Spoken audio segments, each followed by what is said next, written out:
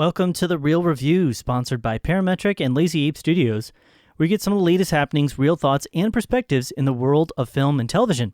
And this is our Tube Talk episode, where we talk about television. Right, Matt? Exactly. And we talk about some of the latest episodes of some of your favorite television shows, as well as review shows that have just come out and maybe have been out for a little while that we're just catching up on. Right. And getting to, correct, Matt? Correct. Yeah, and as always, we do give a very big spoiler warning.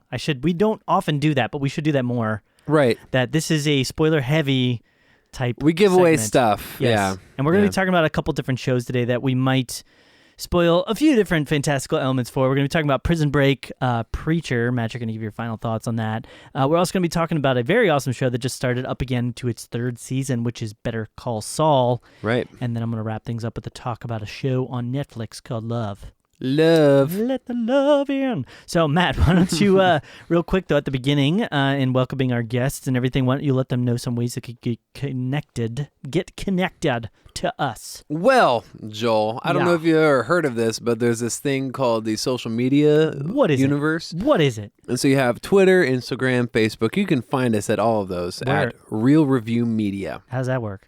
So what you do is you go there and you find Explain us this process. at Real Review Media. Okay. So you go there, Facebook.com/Real Review Media, Twitter, same thing, and Instagram the same. Find us. We got content on there. We have a website, realreviewmedia.com. Yeah, we do. And email address, realreviewmedia@gmail.com. You can send us questions, give us a digital high five, whatever. That's awesome. I'm totally down for that. I like the digital high five, digital thumbs up. Yeah, exactly. Digital peace sign. Digital hugs and kisses. Yeah. Digital hugs and kisses. Yeah, XOXO. XO, baby. Yeah, man. There you go. So that's how you can reach us and chime in. Yeah, so we'd obviously love to connect with you guys. Definitely connect with you on all those different social media sites. And then send us an email as well. If you have any thoughts, questions, perspectives, we'd love to connect to you that way. So with that being said then, Matt, why don't you take it away, get us going on our show Prison Break here. Let's do this thing. That you've been watching. Yeah, it's obviously we talked about last week, the premiere, the second episode came out the day after we recorded the show, but we can get a chance to talk to it now. So this next one, it really gets you into more of why Michael, or not why, but you see more of Michael, what's going on with him, and maybe why he's there. The show is still okay. Mm-hmm. I think I still like it better than this 24 resurgence. Right. But do you feel like it's falling into any of the tropes from the last seasons that made it difficult to watch? Or do you feel like it's got its own new issues, sort of? Nah. There is one new issue, I would say. Mm-hmm. I think Prison Break thrives when it focuses on Michael. And he's a genius. First of all, I forgot about that until they kind of they brought us back into that with some story elements. Okay. He's actually, his IQ is off the charts. He's super smart. He's got this thing, I don't remember the technical term for it, but allows him to see everything in extreme detail. ESP. Yeah, right. He has ESPN. Yeah. And all the time. So he's just got this ability to see things in a different way and see like every possible outcome. He's super brilliant. It's like a Sherlock Holmes type. Yeah, kind mindset. of. It reminds me of that a little bit. Okay. The Guy Ritchie ones, right? Yes, correct. And you see him, he's like adding all the things. Like, right. 2 degrees this way, and then Right. I wish they would do more of, by the way. Anyway, so He's really smart. So the show thrives when it focuses on Michael. Okay. Because that's who you're most connected to in the show. Right now, it seems like they're focusing too much on his brother Lincoln. And I feel like he's just kind of a brute strength guy with not really any emotional ties to him, kind of a thing. He makes the same stupid decisions. Yeah. They start off the series of this new season with him falling back into the same stupid decisions that he's been doing. Yeah. And it's just hard to connect with him when you make him like the forefront of the show a little bit. Right now, it seems like he's the forefront. It's like, it's kind of a bummer. I don't know why. Also, and I forgot to mention this last time, they brought back a guy just for like one scene in the first episode of the season. His name's Fernando Sucre, and he's kind of like a comic relief, but he's more likable than any of the other inmates that you get to know throughout the whole series.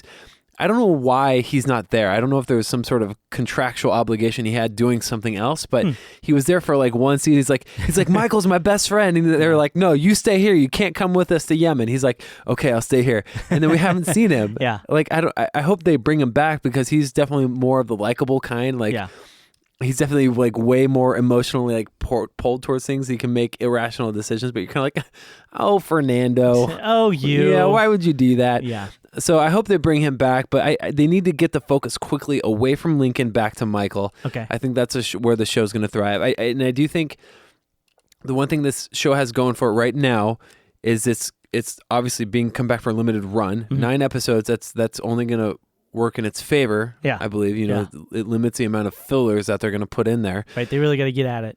Exactly. Yeah. But the one thing they have going for it, and this is the thing that 24 isn't doing very good at this season, is there's an element of mystery. Like you're like, why is this happening? Why is Michael doing this? What is going on? What is this other thing that's happening? Like, and you like that? I do like You're it. saying it's good. Okay. Yes, I like that element of it. And it's just one of those things where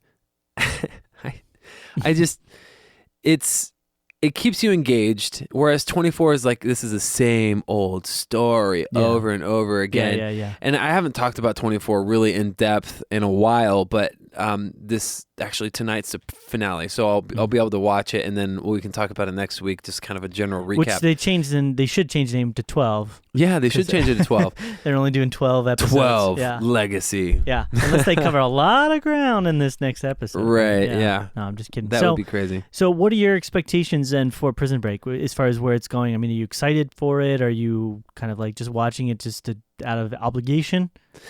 I feel like I'm watching 24 out of obligation, but Prison Break I'm watching because I'm still interested. Yeah. I'm interested as to how Michael faked his death and why everybody thought he was dead, but he really wasn't dead. And he's been in this prison for like 10 years or whatever, 7 years. Yeah.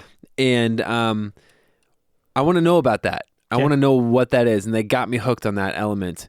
Whereas 24 doesn't have anything like that. And 24 has got new characters and they're distancing themselves from the previous season. So I have like no ties to it, Yeah. So this I feel more connected to. There are elements I'm like, oh, that's a little bit silly, but I am genuinely, interested to see where this goes. Yeah. And this last episode was all right. If I had to rate, I'd give it 7.5, just kind of like a medium to above average grade. And that's really it. That's all I have for Prison Break. It's going, and I'm kind of amped to see what happens next. Cool. Well, and when's the next episode coming out for this one? Tomorrow. Okay. Yep. So I'm guessing this will be a series then for us that we'll kind of just continue sort of discussing and going on with. Give some updates and stuff like that. Yeah.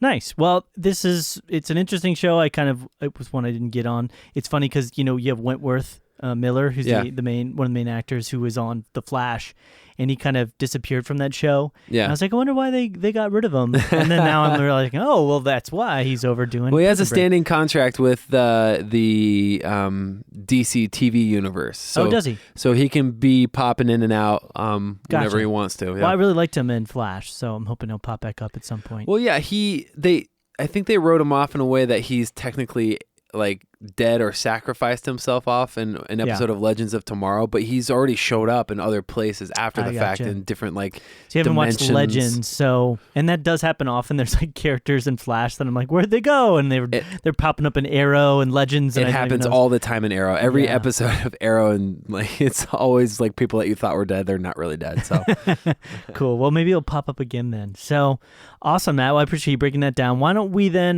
move on to our another show, which we talked a little bit about last week as well, and you've had a chance to watch some more of, which is the show Preacher. Right.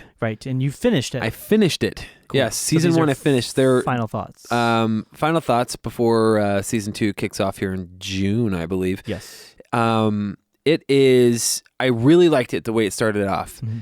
Started annoying me in the middle. Okay. And I think I briefly mentioned that. Yeah. The main character, Jesse Custer, started getting on my nerves and some of the decisions he was making. He was making bad decisions, doing things that were awful, I guess.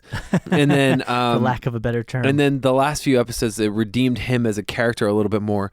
But the story is getting so weird. I was really high on it. Like the start, I was like, this is cool. Yeah. And then I'm not right now. I finished the first season. I just don't like where it ended up. Okay.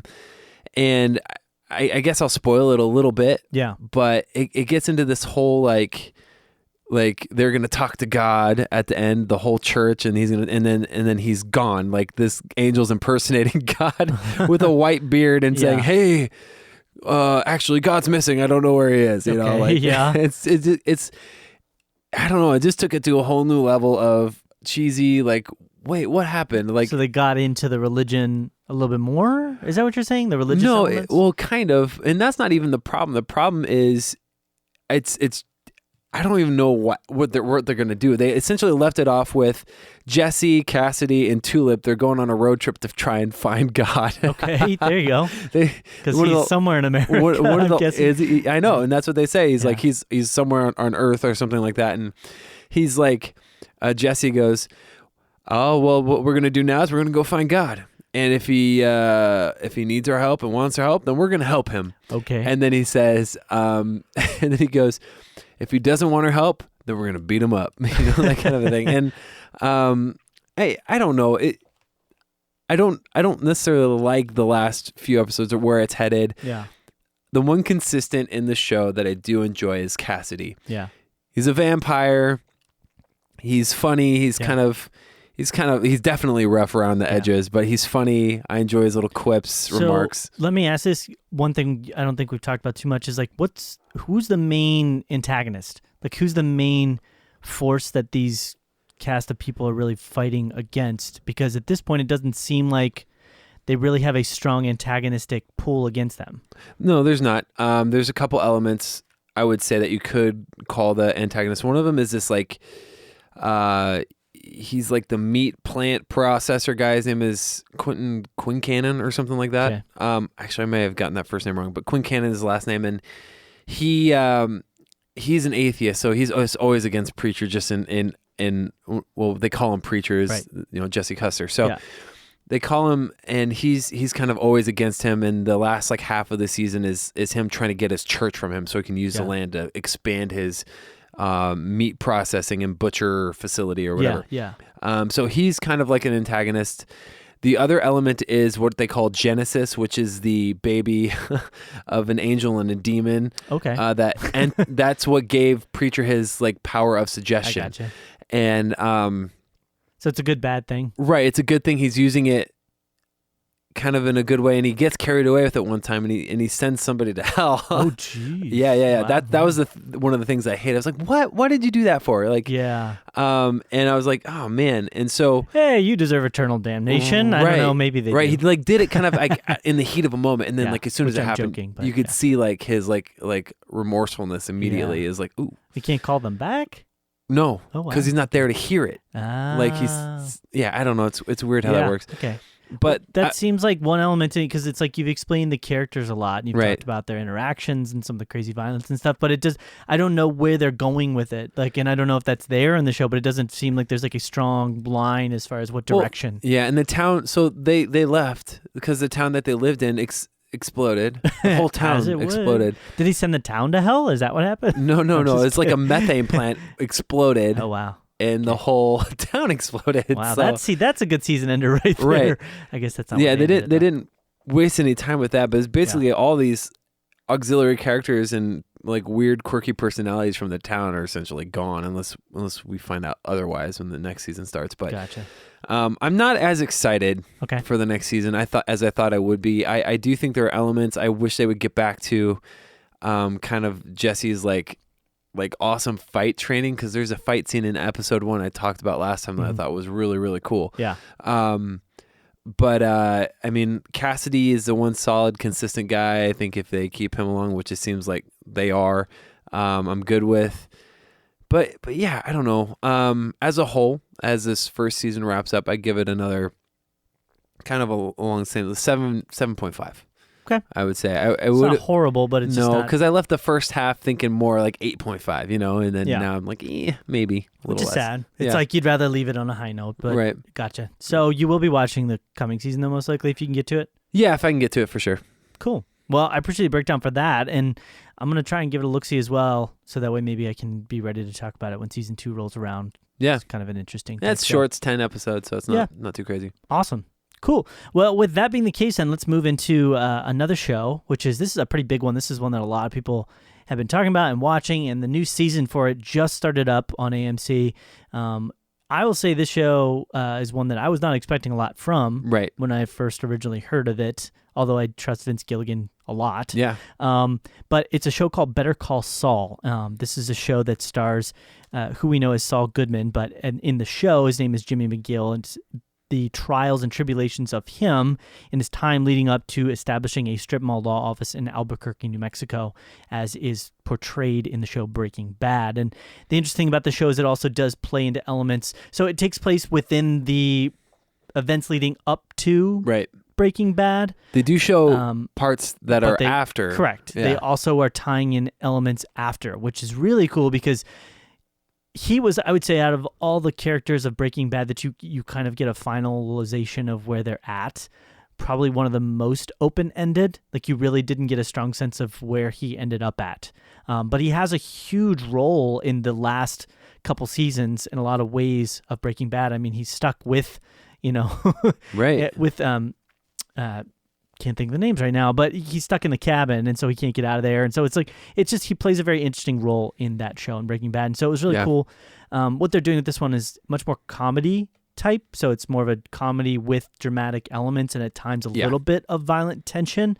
And it's in a way as well, what I really loved about Breaking Bad, and I think a lot of people are, is that it sort of talks about the story of Walt and his falling into, the Breaking Bad, falling into being like this Scarface type character over the course of all these seasons, and how far is he going to go, and will he eventually break, and will he succeed, and Jesse. With this show, it's kind of like that, but it's much more of a person on the edge of kind of being a good person and doing what's right by the law, or doing the bad person thing and bad by the law, but as an attorney. Right. So it's not like drugs and blowing things up and killing people and making a ton of money. It's much more of just, because Jimmy plays this character who was a con man for most of his life. Got in big trouble. Slippin' Jimmy, yep. Got in big trouble with the law at one point, and then his brother, who's an attorney, a very successful attorney, bails him out and helps him, and then Jimmy gets his life on the right tracks. Right. And turns around and starts working at his brother's company, and then gets his law degree and becomes an attorney, passes the bar, and it's supposed to be this big celebration for him, but he's realizing that the elements of his past that he enjoyed so much about being this con man can sometimes help him, can sometimes hurt him, but no matter what, he kind of is drawn to them. Yep. And it's similar to Walt. He's very drawn to this idea of like the success and I am Heisenberg, you know what I mean? Yeah. I am the man that knocks. He's kind of like that, but with the con man type stuff. And definitely lesser evil. Much lesser evil, and in a much more fun, accessible way. But it's got a lot of similar characters, and as the course of the show is going on, I'm up to, so we won't spoil things too much for Matt here, but I'm up to the second season, 4th episode. Matt, you said you're up to second season, 1st episode. Right. Right. And so at this point, we've had a couple characters that have come back in that we know from the Breaking Bad type seasons and type areas, and it's been really cool to see that. And I think one of the other characters that was kind of a beloved character that a lot of people really enjoy seeing is Mike. You know what I mean? Oh, so, he was a great character. He's like, he did a really funny thing recently in one of the episodes, which I'm not going to spoil the reasons for why, but he has to assume, because he plays such a rough, character, and I love it. And he has to change his voice because he's doing this thing where he's calling somebody and he's using like an alternate voice. And it was so crazy because he nailed it. And he's like, "Hi, my name is Mike, and I saw this thing going," and it sounded like so normal, but it was so weird at the same time. Yeah. So it gives you a sense of just who like Mike could be. Right. You know what I mean? And so in this, he's played by Jonathan Banks. And so he does a tremendous job of that. And so, there's a great cast of characters. I want to hear your thoughts on this, so I'm not going to talk too much more here. But you've got Bob Odenkirk, who plays Jimmy McGill. Jimmy Kimmel. There it is, Late Night with Jimmy Kimmel. Jimmy Kimmel. Yeah. So Jimmy McGill. You've got a lady named Rhea Seehorn. who plays Kim Wexler, who's kind of like the romantic interest of the show. Right.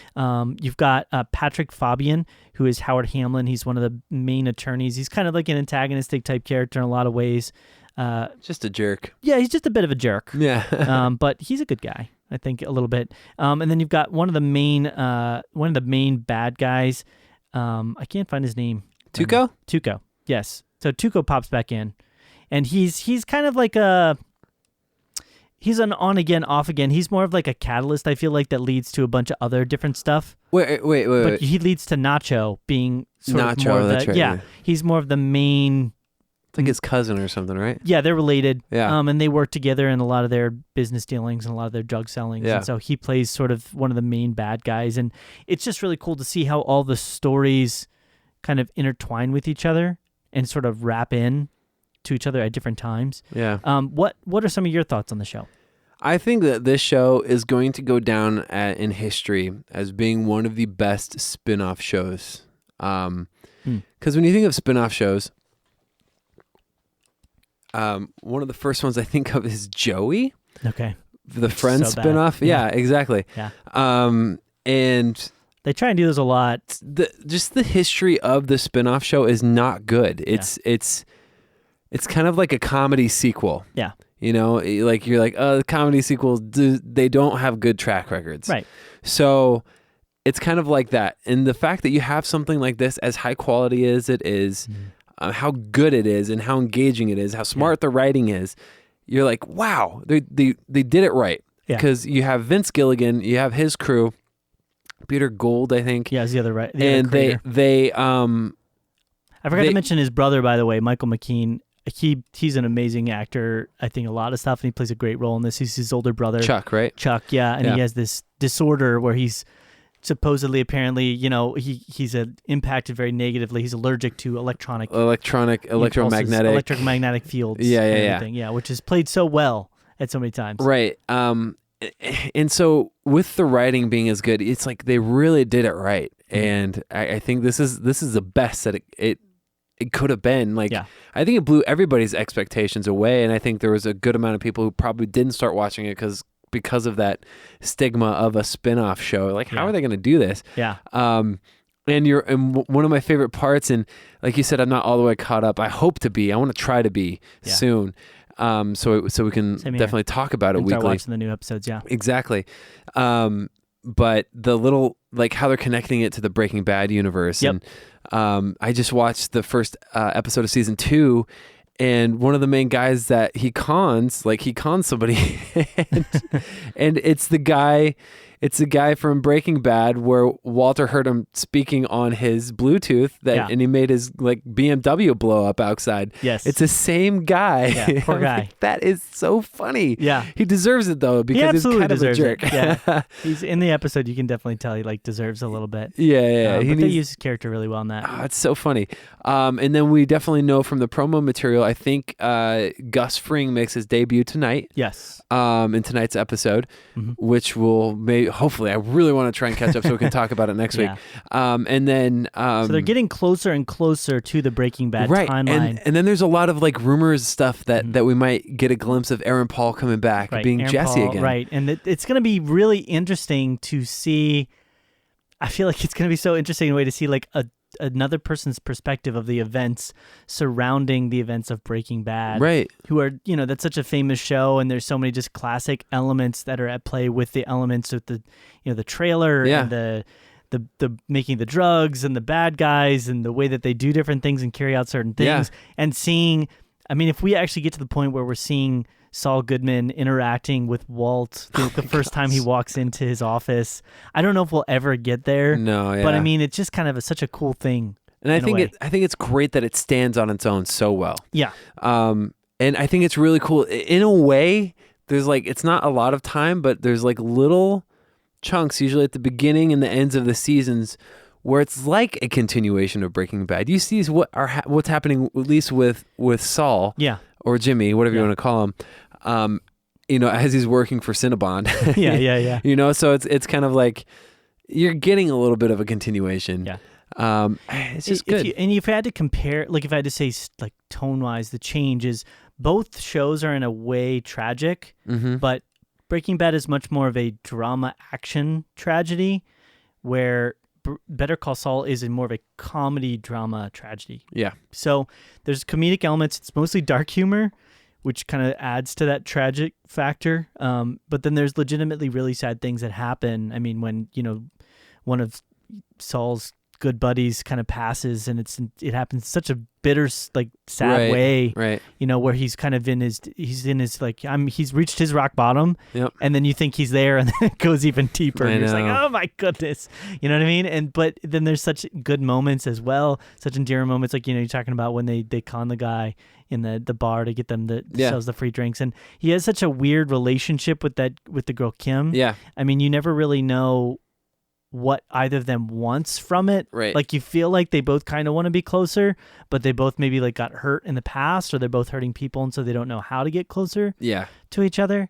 And then, like, it's tough because at times you're also just like, and this is kind of how it was in Breaking Bad, but you really just feel like he can't win. Mm-hmm. Sometimes he'll do everything right, and he'll do it in the right ways, and it'll work out. And then sometimes he does that and it fails miserably. Yeah. And then other times he'll do everything the wrong way and it'll work out, And then sometimes he'll do everything the wrong way and it won't work out. And it's very real in that sense. It feels like it's a very honest portrayal.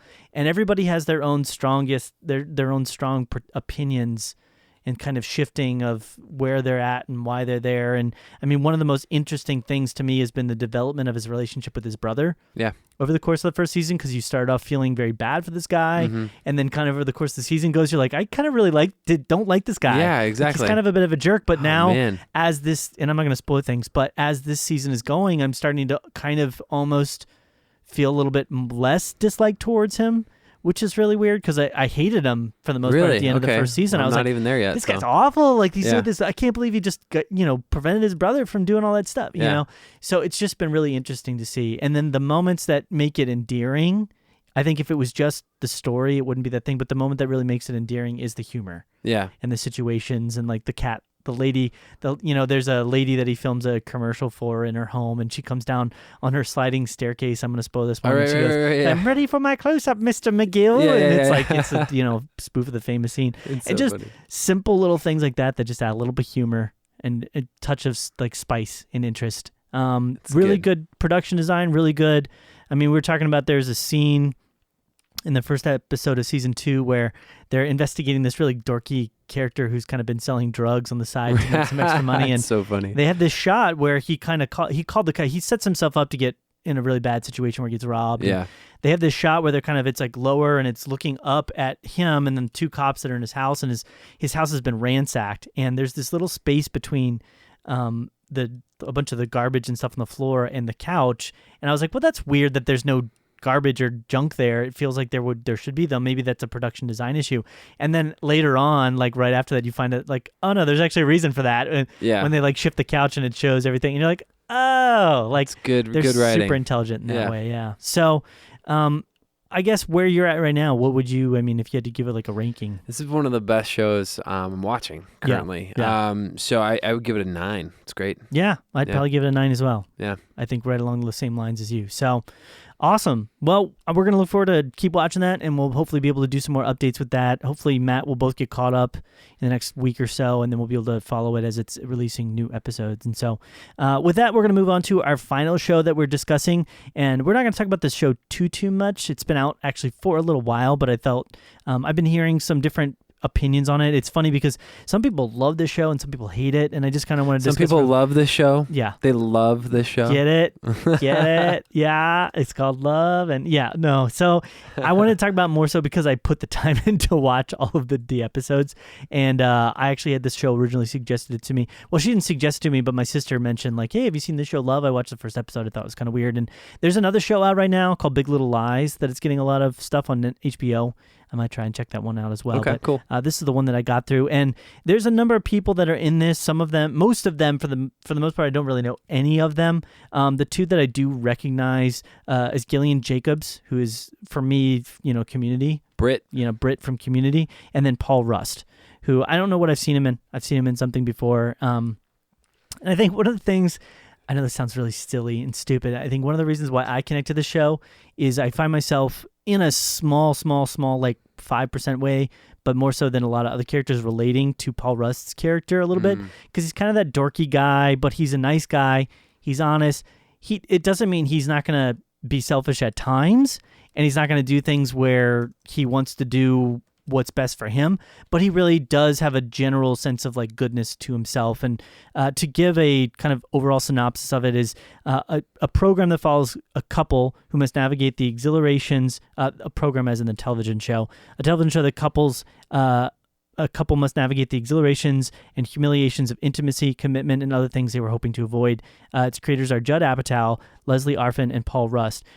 So Gillian Jacobs, Gillian Jacobs. Is it? I thought it was Gillian. Is it Gillian? I think it's Gillian. Gillian? Yeah. I don't know.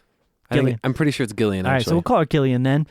Gillian Jacobs plays so she works at a radio show as a producer, or sort of wannabe producer for one of these really famous local like the Real Review. Self-help guru guys. Yes, exactly. Okay. Yeah. And this guy's a complete sleaze and just a weird guy. But she is... she's a sex addict. She's a alcohol addict, drug addict. She comes from a really rough background. She used and abused guys. She's been in tons of really bad relationships, and so she comes with a lot of baggage and a lot of hurts and a lot of damage. Paul Rust kind of he plays a character that works as a teacher for a girl that's a star of a television show in Hollywood, and he wants to become a writer. And so, if you think of those two extremes, this girl that's kind of been in drugs and horrible relationships and and this guy who wants to be a writer and for the most part is a teacher and very upstanding type person, and kind of the way that they come together, and it happens in a very natural way. Okay. So it never feels manipulative, and I like that as well. I think that's one of the things that I would say that Judd Apatow tends to do a very good job with is it never feels... It feels realistic and it feels normal when the people in the film or shows that he's doing, mostly films these days, but when they come together and when they're mixed together in a world or in an environment. And It feels very natural in this film as well. Paul Rust as well plays a very unattractive fellow, which is hilarious to me. He's just not... That was one of the initial things that was so hard for me to watch about the show because, in my opinion, he's not a very good-looking fellow, whereas Gillian Jacobs is a very attractive lady. Mm-hmm. And so it's such a weird pairing. Yeah. To put the two together. But they talk about that. You know what I mean? They talk about the reality of that type of thing. And I would say the first season of the show is much weaker than the second season. It was good enough to want me to continue watching it. The first season is more talking about how those two characters get together and how they end up sort of being in an intimate relationship with each other. But then the second season really dwells into the realities of dealing with somebody... of two people that are coming from the places that they're coming from. Right. And are they going to be able to make it work? And it ends in a really pretty crazy way. Oh, okay. Like, Gillian she plays this character you're always like, is she going to do the right thing? Is she not going to do the right thing? And at times, Paul also does that. I mean, here also, so Gus, Mickey and Gus, the two, Mickey's the girl and Gus is the guy. And so they both play characters at times where you're like, I don't know if I trust what their motives are right now, but Mickey for the most part plays a very strong version of that, whereas Gus tries to do the right thing and he tries to be a good guy, but he also at times can do very selfish things and be kind of a rude, stupid, obnoxious guy. Gotcha. So I would say it's got some good comedic moments as well. It's got some funny stuff. I think if you're looking for a show that's not, it's definitely not melodramatic at all. And there's a really funny, I think one of the funniest parts of it is actually a character named Birdie, who's Gillian's roommate. And she's this British girl. It's played by Claudia O'Doherty. And I've never seen her anything before, but she is, in my opinion, probably one of the funniest parts of the show. And I think the thing that actually makes the show really, really funny are the side characters. That's awesome. The people that surround themselves, that are surrounding these other two characters. They all play very strong characters. It's even funny how like Gus finally gets a moment where he's finally gotten the opportunity to be writing for one of the episodes, and how that whole situation plays out, and all the writers are just like completely just bashing on him and saying all his ideas are stupid, and you're kind of like, oh, his ideas aren't stupid, and then they start explaining why they are, and you're like, oh yeah, his ideas are kind of stupid. And so it's like there's just simple little things like that again that it keeps it very real. Yeah, that's awesome and very interesting. But Claudia, I will go back to, so Birdie plays probably the funniest character in the entire show. She's got a very, I don't even know how would you explain it. She has very dry sense of humor, and she's very friendly. She's always talking like this. She's like, it's very good to see you. And she have an accent? Yeah, she's British. So she's like, it's very good to be here, and I think so very much. But it's like she hates you at the same time. So she's like, won't you just go jump off a cliff? That would be lovely. And so she's like super friendly at times, but then she's also like like she wants to kill people almost. Oh my gosh. And so she plays like this really weird character and stuff. So I actually really, I like the relationship between Mickey and Gus in the show. I want to see where it goes. But the thing that keeps me watching is actually the interactions that they have with the side characters. Birdie Bauer. Yes. All right. So on an overall scale of like 1 to 10, I would say the first season was about a 6.5. Okay. So kind of low. This newest season, I would put it at like an 8 out of 10. Oh, yeah. It's a big jump. Big jump. Must have hit their stride or something. I think so. I think they hit their stride a little bit better. Right on. Awesome. So with that, then we're going to go ahead and wrap things up on the podcast. For Wrap today. it up. So some good ways, and just a reminder to get connected with us as well. You can find us on our website, which is realreviewmedia.com. You can also find us on Facebook, which is facebook.com/realreviewmedia. You can find us on Instagram, on Twitter as well, which is I almost forgot that, @realreviewmedia. Yep. And you can also email us if you got any questions, thoughts, or anything like that, which is realreviewmedia@gmail.com. Yeah, totally. Yeah. Do So, it. Anything else, Matt? No, that's it. All right. Well, then, it's been real. It's been real.